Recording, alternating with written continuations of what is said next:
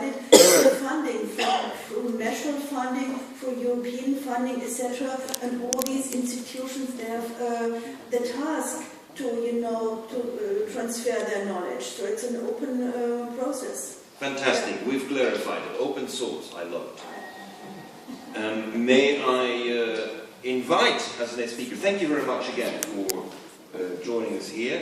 May I just ask our speaker from India, Mr. Ahuja, to join us. He will be sharing with us some innovative business models on biomass aggregation. We look forward to that. Any comments from you, Jim? No? And it's set. It is really, this presentation is really looking at biomass-based power plants and how to process it. So, floor is yours. Good evening, ladies and gentlemen, session chairs. At the onset, I thank the organizers for inviting me here. But they say a successful business model. That's a big question mark. The business model has happened. It's a business model by default. It's a default which is coming from the problem wherein we built a 12 megawatt biomass-based power plant. It's a power plant which runs on 100% rice straw, and we had a problem of aggregating 120,000 tons of rice straw. How do you do it with thousands of farmers around the plant? And that's where this process came, and that's where a company came in India 4 years ago that I promoted, which does biomass supply chain management, aggregation of biomass from the fields. That's what some of the speakers were articulating earlier, and supplies it to industry in form that industry can utilize it. So it could be biomass power plants, process boilers, biorefineries, and so on and so forth. So the company is called Preston. Its acronym, Punjab Renewable Energy, and the name stuck because I started the company in Punjab 4 years back. We have a vision and mission today, wherein we want to be the largest aggregator of agricultural residue biomass, make the farming community a partner with the company, which in India we call as a bhagidari model. They become a partner by sense of belonging to the company. There's no ownership on the company, but the company builds this innovative model to hand over the biomass aggregation supply to the farmers. This company only manages it after it enters the area. It trains the farmers how to bring this agricultural residue out, monetize the waste, because you have a commodity price to the produce, the product, it could be grain. You do not have a commodity price to the waste. So you make a commodity price to the waste, and then there's a transportation element where, as far as you can take it in the price bandwidth that it is palatable to the using industry. It could be a biomass power plant, refinery, and so on and so forth. The biomass can travel. So what's the activity we do? We go into an area and start educating the farming community in a 50 to 100 kilometer radius that they could get jobs, value for the waste which they are traditionally burning in the fields. There's a video, but I believe there's a 10 minutes time, so I'm not running the video, I'm skipping that. So what do? We do a biomass assessment study in an area. This biomass assessment study gives us a feel of what is the percentage of the agricultural residue which we can bring out from the fields and supply to our industry on a fixed price basis. So the company takes a contract to manage the supply to the industry. We have a strong management team because we've been handling biomass for close to 2 decades now. So we have learned to handle biomass on the job. What are the challenges? People talk about the challenges, but when we move ahead in my presentation, you'll be able to identify the challenges and the solutions which have come about using those challenges. So we heard the session chair talk about a cooperative model. We talked about models where partnership with the farmers. And here we talk about a model where there's an income growth to the farmer for the agricultural waste that is there. So we have pre-operational activities. Something like a pamphlet which you see in the local language. India is a large country with about 29 states, 29 different dialects. So every state that you go and work in is like working in a different country. different color, different food habits, different agriculture patterns. So we educate the local population by dissemination of information of what this company is going to do in their area. 4 to 5 months before a harvest season in a particular area, we hold these kind of camps and bring people to participate. Further ahead, we bring process. So the key in removing this agricultural waste is somebody has to invest in the equipment to bring it out. The industry traditionally does not do that. The industry is confined to the boundary of the plant. So the financiers, the debt financiers, the financial institutions, the equity funders only look at the project. They do not look at outside the project as to how this biomass is going to come to support the bioeconomy that we talk about. And that's the horizontal integration that you're looking at. So what we look at in this company is outside the plant boundary. So we invest in the balers, tractors, trolley, tractors, and so on and so forth, in all the equipment that is required for a particular type of biomass. And different types of biomass require different equipment. So we have an R&D cell within our company which looks at how we can optimize a process in the final price at the boiler tip for a particular type of biomass. So if you see these pictures, initially biomass came to us in bullock carts, but that's the most ineffective way of collecting biomass. Today we have innovated and there are different processes for those biomass. So choosing the biomass fuel supply chain model that you're going to work with, or it's going to be a combination of multiple models. Typically how the biomass moves, and this should be in about a 100-kilometer radius, to have a ballpark figure of $50 per ton of biomass which is palatable across industries.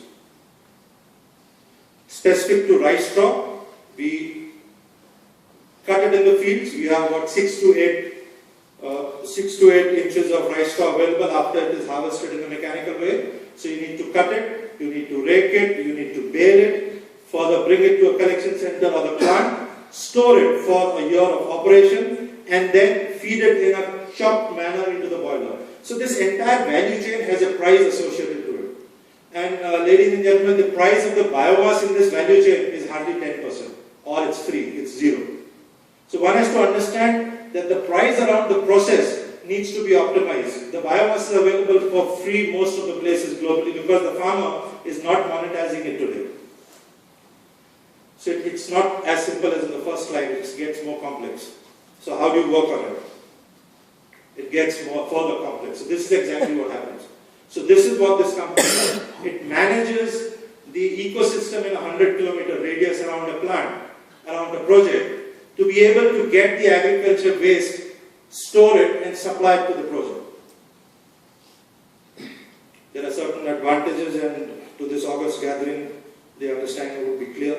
Some numbers to say that how biomass in terms of energy is equivalent or better than other energy sources. Now, we talk about the socio-economic impact. It's all associated. How do you quantify it?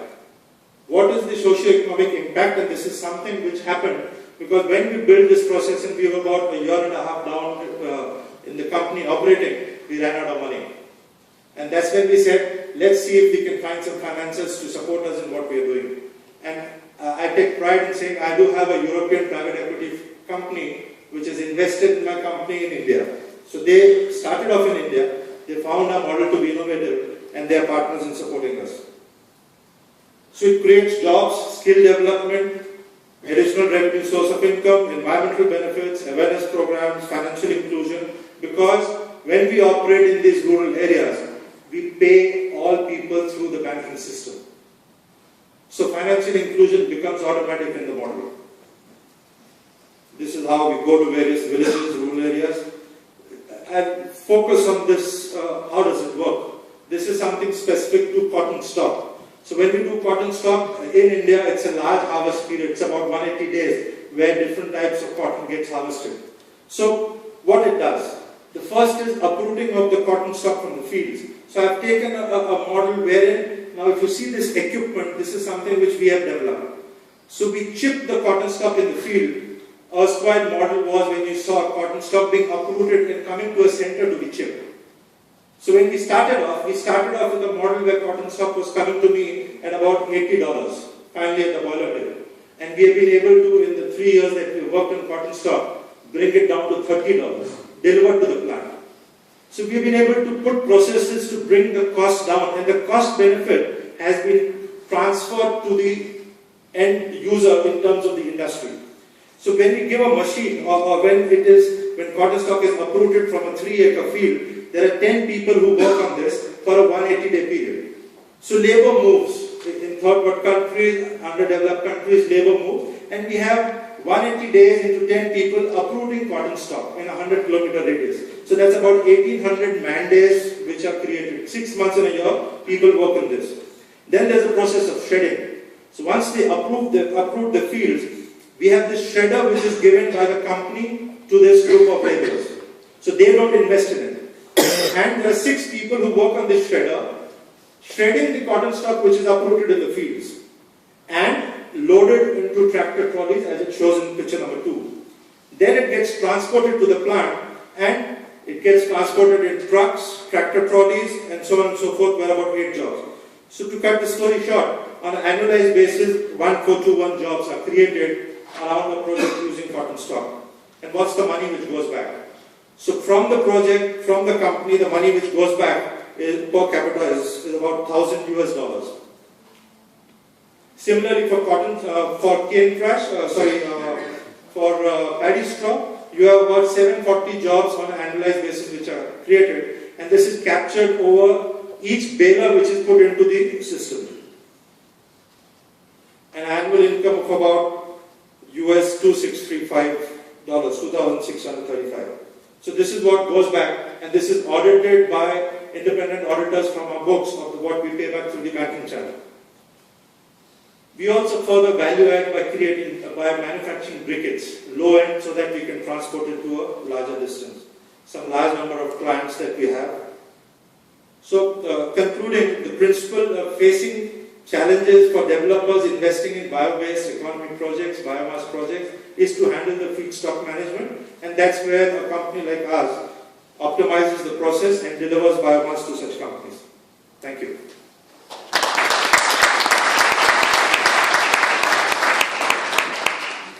Thank you so much, Mr. Ahuja. Very, very dynamic presentation with quite a few of numbers. I think we need to digest a little bit. But is there anyone who has a question or a remark? Yes, please. So, can I just ask, in this, how do you share the risk? The company takes the risk.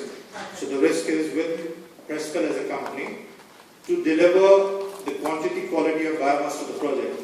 So basically you are de-risking the project and taking part of the risk. And you have to build this ecosystem. So that's the strength which we carry, being able to build this ecosystem from state to state or country to country. Great. Dirk, you have a comment? Just one question too. I mean, I think this is a really important area because, of course, there's an enormous amount of agricultural waste which is not being used. You were mentioning a little bit about sort of the what you give back to farmers or to the community. On the other hand, you were saying, well, at the moment this is pretty much for free. So I was wondering a little bit, can you say a little bit more, those farmers who are involved in the work, how much they actually will gain in terms of their income? I mean, how much would it add to their per income? That's the number which I'll take you back to. So if you do cotton stock, about this 1,421 green jobs which I'm saying, so 1,421 jobs, each of them is earning about $1,000 US. So that's the additional income from the waste.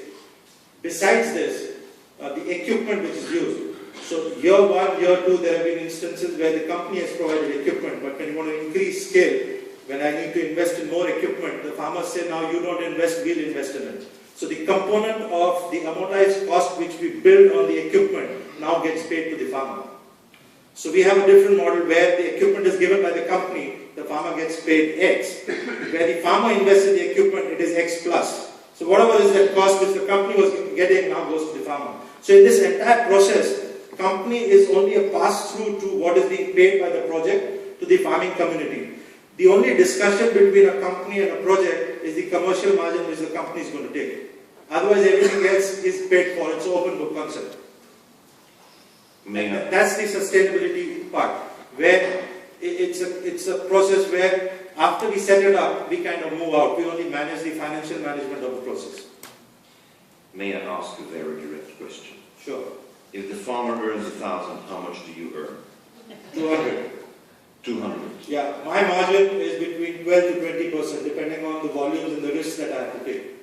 And my second follow-up question on that is, you said that you had this original cost was 80, and thanks to the picking and the working on the farm, it was reduced to 30. Yes. And then you mentioned that this was actually a benefit to the end user? Benefit to the industry which is using it. And that means that you've basically reduced the income for the farmer? No. The income for the farmer is from the process. So when the farmer was getting it in a bullock cart, he was asking for any price without understanding what is the actual cost to it. So when you engage with the farming community and explain to them that the $80 could be for 100 tons, but it's not going to be for 100,000 tons. You have to do scale. And to get scale, you have to mechanize. And that mechanization, somebody has to invest. That's the model. So today, we have financial institutions who are prepared to invest, where the risk of the repayment to the financial institution is taken by my company. So they invest in the equipment and give it to the farmer, which is low cost in India, and on the off-take, the payment is given back by the company. So that's a model which is further got added on. Very good. Anyone else in the room has a question, a comment? I have many, but I shouldn't be that one. You know, do you make an analysis, because now you're basically burning it, the straw. We actually have farmers who give us straw, and we generate about, on average, if we turn it into the biochemicals that we can derive from the straw, we would turn it into about $2,000 to $2,200 a ton. Do you check if in the future you move from a fuel to a portfolio of chemicals, or is that on your plans? It's already happening, because industries in India are moving to biofuels. It's been mandated by the government, so the oil marketing companies, which are the large companies, the IOC, BPC, HPC, Reliance, my company works with all of them on a mandated basis, because they are looking to set these biorefineries up. So the biochemicals, the DSMs, the Novozymes, all have approached me and they work with us. So they want some sectors where they look at the fuel security. Fortunately or unfortunately, we are the only company in this format in India, so all of them come to us. Okay, so we will have a one-on-one discussion about Novamont and make certain that 50% of the profit goes to the farmers instead to DSM or these other... Sure, if that happens, that's the best thing that can happen. I can assure you that. Okay, great. Thank you very much.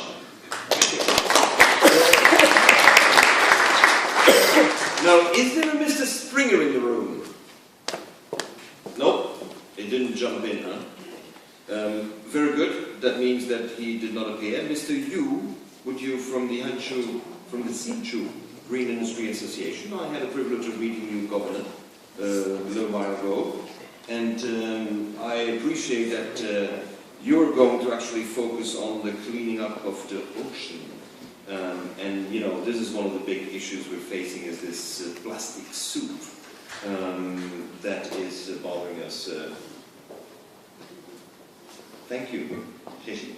Thank you. My name is Gordon Yu. I'm actually from two. One is ECAT Innovation. Another one is the NGO cooperating with the Hsinchu government for the Green Industrial Alliance. Right now, we all know we have a global environmental tragedy. So many mixed plastic waste.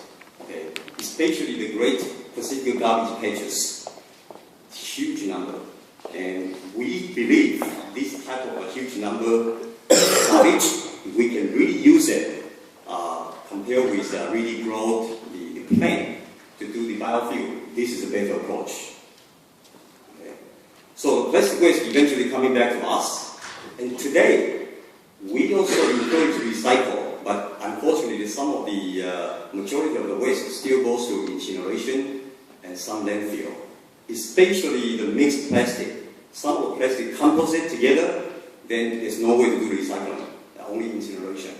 We believe there are better opportunity, and this is what we do. It's basically a pyrolysis. Means we don't need to do incineration, because of if you do incineration, if you go through the temperature 700 to 800, guaranteed there's dioxin generated. It's just depending on how your filtering system to get rid of it, which is expensive.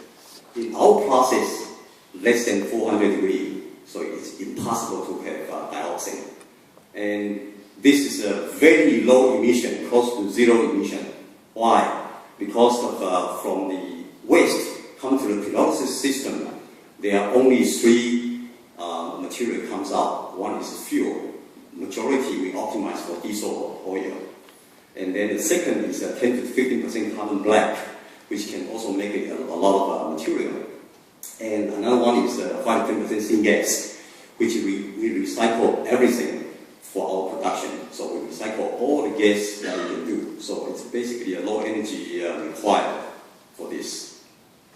And we, as I said, we encourage the recycling, because recycling in Taiwan is very strong. But in terms of mixed plastic or the plastic composite, nobody can do anything other than incineration. So we typically working with this recycling industry to do that. Okay. And this is the process flow chart. Basically, pyrolysis, this is a 20 ton. We can process one product line, is 20 tons per day of plastic waste. And we can generate about 17,000 liters the diesel oil. And the good thing about our technology, R1, the pyrolysis system is nothing new. It's about around for about 20 years. Depending on how can you do commercialization, which means how good is your yield, how many secondary pollution you generate, and how good the quality is your fuel. So the first one is our product is there's no sorting or cleaning required. Any kind of plastic combined, we don't do anything.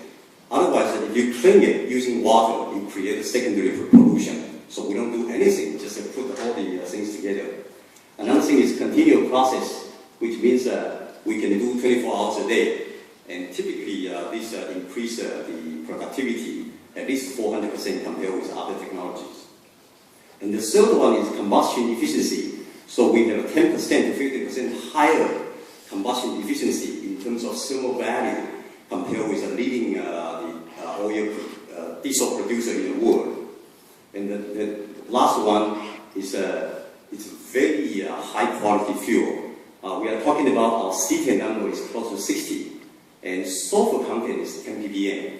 Compared with our industrial diesel oil 5,000 ppm, 10 ppm is almost nothing. And because of the CTEN number high, microcarbon residue 4 times less, so it's very clean. As a matter of fact, this type of diesel can be used indoors by certain forklifts. And this is the cleanness is as just say so. And compared with the emission standard, these are some of the PM 2.5, sulfur dioxide, nitrogen oxide, the government standard here. And the actual result is very, very low. So we feel this is a very clean process, very low emission, and actually this is a factory environment, it's not a product. Okay. As I said, the importance of this technology, there are certain features. In the real production, we have the production module available in Taiwan, and each R1 production line can produce about 20 tons of plastic per day, which is comprised of 10 such modules. And it can produce 17,000 liters per line. So if we combine 6 lines together, it will generate over $95,000 per day. Okay, and this is considered low because Taiwan's diesel pricing is considered very low, subsidized by the government. We are talking about it's about 90 cents US cents per liter. So very, very low pricing. If the pricing is higher, then it will be different. Even though with such kind of low pricing, low international pricing, the investors still can have IRR more than 20%. Okay. And here is our real testing using a Mercedes S350 Blue Tech. You're really using this kind of car, and certainly you have a higher horsepower because of the combustion is better. You have less emission and cost the same with a petrochemical diesel. Okay. The clean up plastic waste in the ocean is assuming that we are reducing the plastic to the ocean. You know, the estimate, one expert estimate is that by 2031, we're hopefully reducing dumping plastic into the ocean. But in that case, the accumulated the volume still reaches to 250 million tons. Okay, so which means that human beings has been late for 50 years in terms of ocean cleanup. Our idea is since we have the efficient factory to convert the plastic waste into diesel oil, so we hope can utilize such technology to do win-win scenario. One stone hit two birds. One is reduce the plastic waste, another one create jobs, create economic development by using waste. Okay. Previously, some other organizations like Ocean Recovery, they are doing education, promoting how to clean the ocean. Maybe education, awareness. And ocean cleanup, Mr. Slade of Poland last year achieved the champion of the earth with the United Nations environmental program. But both of them, they have no processing capability for the ocean plastics. We have a very efficient processing capability of the ocean plastic. So we hope to working with all the organizations, all the NGOs, government together to reach the opportunity. And here is one of the conceptual things. If we are using, the regular scenario from Singapore to Los Angeles, if we are using regular ocean liners, if we make some of the R1 ship to turn plastic to oil inside the Pacific patch, then actually our ship can have a half fuel of diesel. You don't need to fuel everything. Okay, so actually we can have a more cargo space here. And once we're using this platform as a fueling station, so that's the most efficient way to take out the ocean garbages, just to convert to diesel and let the ocean liner to help us to carry it out. So in that case, we have reduced the global warming because we can use less fossil fuel diesel. We have a more economic development, create jobs, and more cargo space, cheaper pricing. Okay. At the same time, to clean the oceans, have better environmental protection, enhance the health, and this is what Mr. Pauli mentioned about doing because of we want to achieve both things at the same time. And this technology, not only we can do that in the ocean, we can do that only on land base. However, we have certain problem in terms of the policy or regulation, because such kind of a good quality of diesel cannot be qualified as biofuel, biodiesel. Why? Because of, it comes from plastic garbage, not came from the plant. Okay, so it's not as a biofuel. So the European EU directive try to reach the 10% biofuel mandate. Right now, scale back because it's difficult to achieve that. Why is that? Because traditionally there are certain problems with the biodiesel, especially using by the current engine. Okay, because of compatibility, and in Taiwan alone, when Taiwan government started to do the 2% bioblending, in 1 year, more than 200 complaints about like the microwaves clogging of the system. So right now it's suspended. In our system, no such problem. So certainly we would like to hope like many speakers talking about the best way is not using food. We are using the food to turn to fossil fuel, which is not right. We thought we ought to using garbage, which we don't want. There's no way to do recycling, no way to handle it other than burn it out. And we take those to convert to high quality fuel. By doing so, if we have some kind of a definition change, we say it's not just a biofuel, biodiesel, it's a regenerated diesel or recycled diesel, then eventually we can envision people will have a fair trade garbage because people want to get more and more garbages. So in that case, we really can achieve the blue economy. Okay, this is our recommendation in terms of biodiesel definition change. Okay. Talking about the ocean plastic waste, we're also working on the prevention. Because of prevention is one important factor. What do we do? Again, using waste. What kind of waste? Agricultural waste. Once we're using agricultural waste to turn it to replace or reduce plastic, and I have another poster station on display. You can see that we're using the pellet, and this pellet is made out of any kind of agricultural waste. This is from rice husk or wood chips. And all this, feel free to have a look at it. And that's all. Thank you. Thank you very much.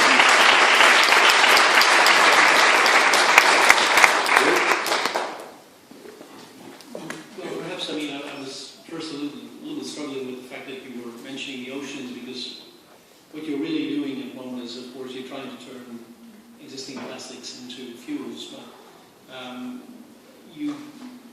I think when you correctly say if you want to turn it into the ocean discussion, then you need to partner with others who are actually doing that work in terms of cleaning up the oceans and taking the plastics out. What I'm struggling with a little bit, and it was only on your last slide that you really made the link to the bioeconomy, because of course what you're talking about is more about waste processing at the moment in terms of getting fuel than it is about bioeconomy as such, because this is not really a circular economy what we're talking about here. I think it's circular economy because of plastic originally comes from fossil fuel. We now try to put the plastic back to fuel and just burn it. So it's kind of to us, we are doing from death to birth to reuse it. Otherwise, it will be burnt into incineration. Maybe you should talk to Volkswagen when you talk about the definition of diesel engines and norms and performance. You know, they know how to handle this very well, but not the way I recommend to you. You know, I think we can't neglect the fact that you're talking about the petrochemical plastic. And my question is, you're saying that part of the waste is a carbon black, which you're accumulating into your facility, right? It's carbon black. One of them is carbon black, you're right. And what's the percentage about? It's about 10 to 15% depending on the feedstock. On the feedstock, so 10 to 15% more with polypropylene than with polyethylene or so on. Well, we are talking about if you are using pure plastic, regardless of polypropylene, PE, or PVC, everything can be done. You know, but some kind of garbages you combine with some kind of kitchen residues or some that's a good problem. The carbon black will be higher, the syngas will be higher. And do you see the carbon black as a commercial product as well? As a revenue model? Yes. Because it's used in tires and it's a disaster for the environment as well. The carbon black actually is a very high value product, especially for toner cartridge, for laser printer. And some people are using it for active filters for the hospital. And we don't have that process, but some people take those to turn to the very high value product. So basically, your business model is the fuel business. Is the fuel. I listed some of this model. With license, we can do the waste processing. But if you don't have a license, you can only to do the fuel business. Yes. Right. Okay. So we understand. Now, on the other hand, when we talk about 250 million tons in terms of fuel, it is not a lot. Are you agreeing? I mean, 200 million tons of fuel, considering that we're pulling in 10 billion barrels of fuel out of the earth every day. So I just wonder if you see it as a niche market, as how do you position it? Yes, you are right. In terms of the size, it cannot compete with the fossil fuel in terms of the scale. But again, we have enough garbage problem nowadays. And if we turn those garbage to using this technology, we can have a few decades to do that. But agree with you, no competition with the fossil fuel in terms of scale. Any questions from the audience? Yes, please. Please identify yourself. I think that's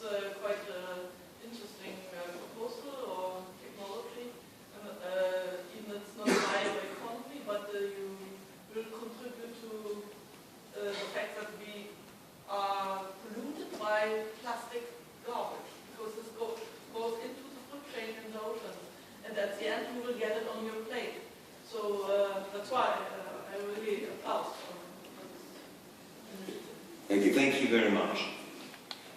Any other questions?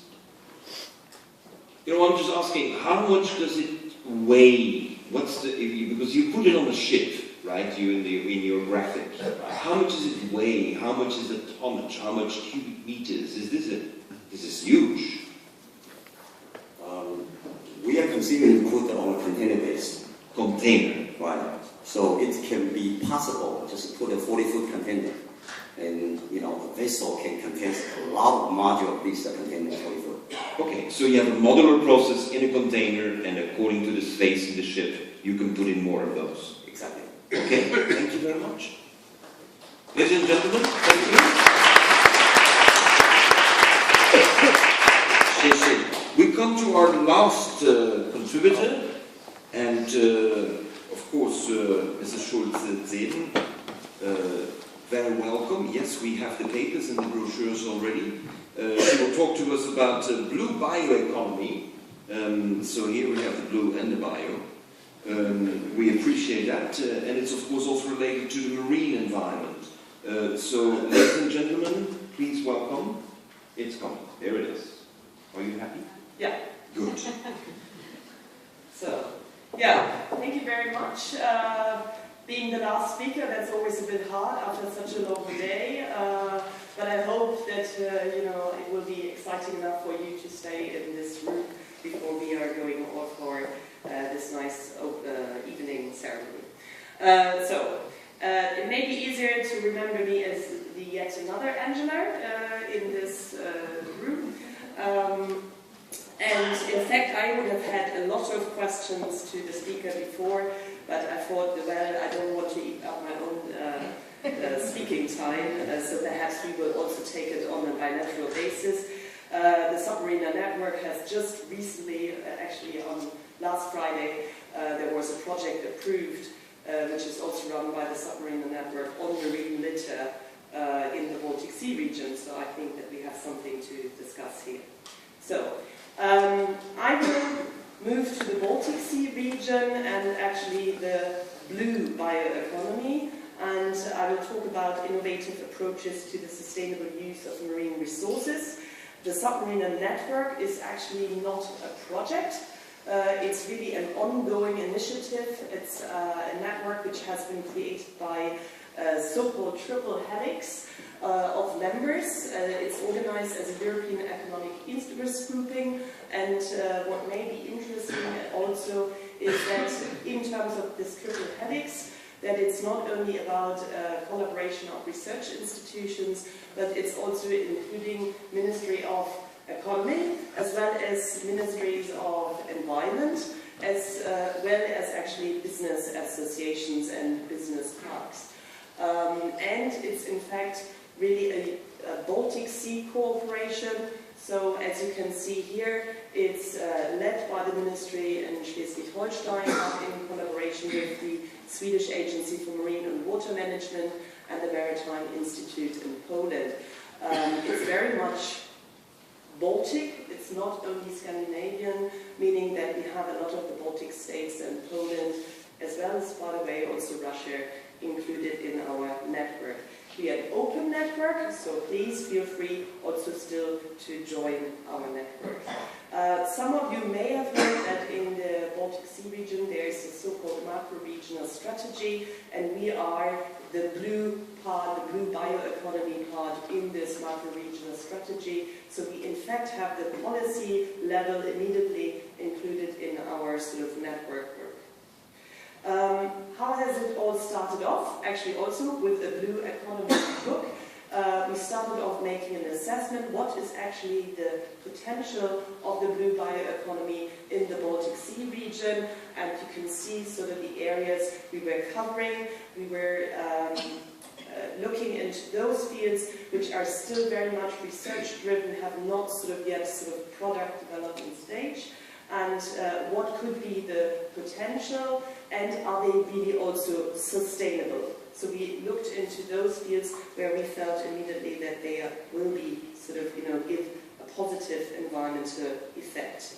And then from this assessment, in terms of strengths and weaknesses, we developed a roadmap of actions which are necessary in order to be fulfilled, in order to make this whole vision happening. And this is, you know, the whole combination.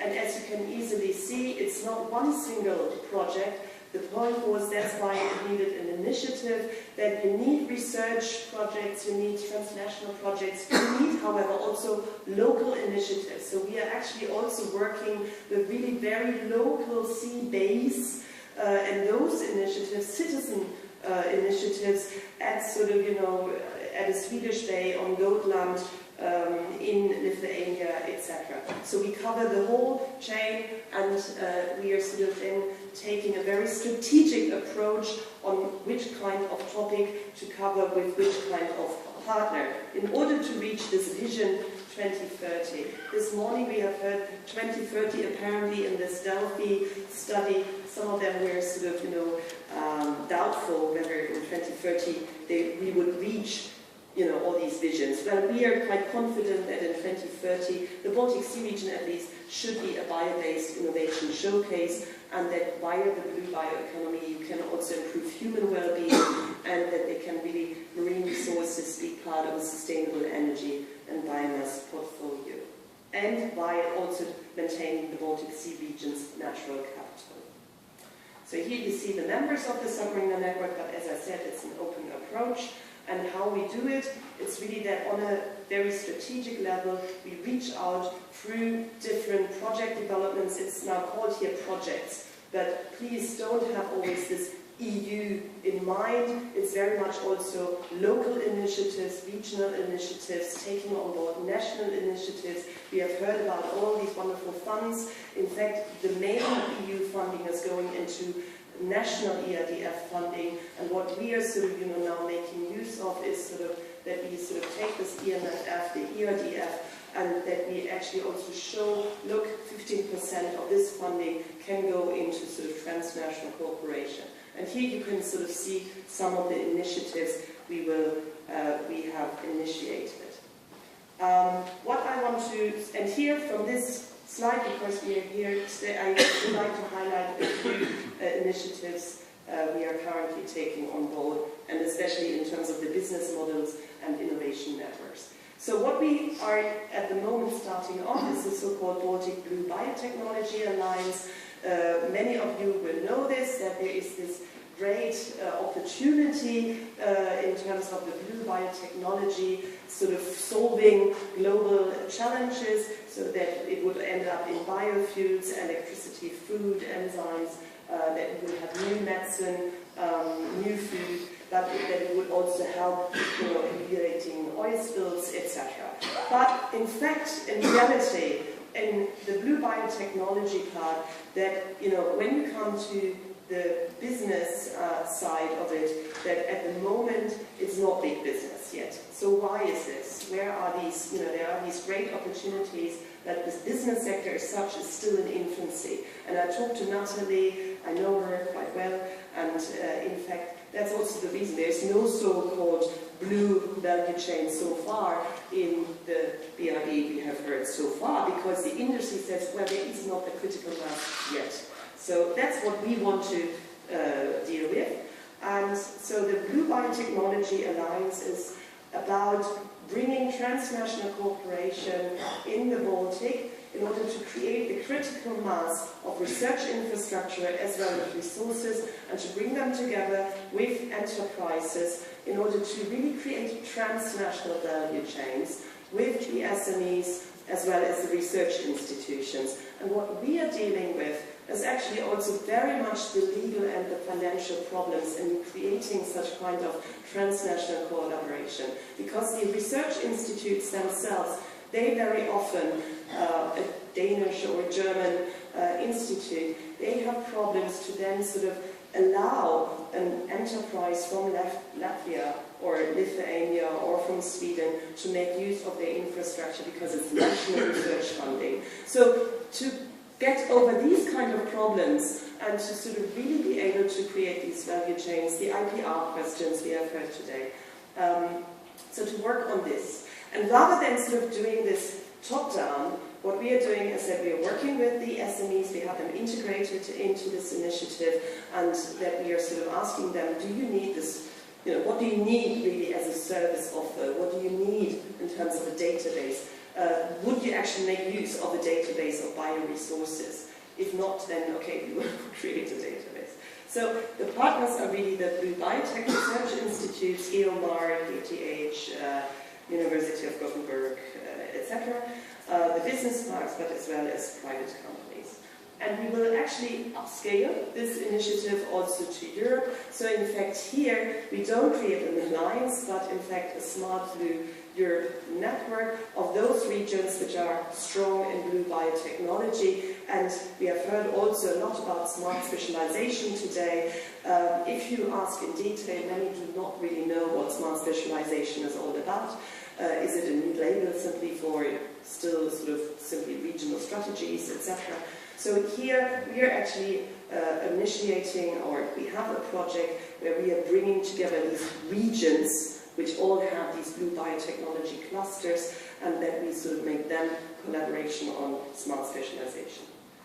And we do the same, not only on blue biotechnology, but in fact the whole range of blue growth issues around the Baltic Sea region to operationalize the smart specialization in relation to blue growth, and to actually really make what we often see in the Baltic Sea region, and I think that this is probably worldwide, is that because we are from this business, we always think that blue growth, everybody understands blue growth, but actually when you go to the regions or policymakers, they don't, I mean, blue growth is not such a hot topic, and it's actually also not such a hot topic here in Germany.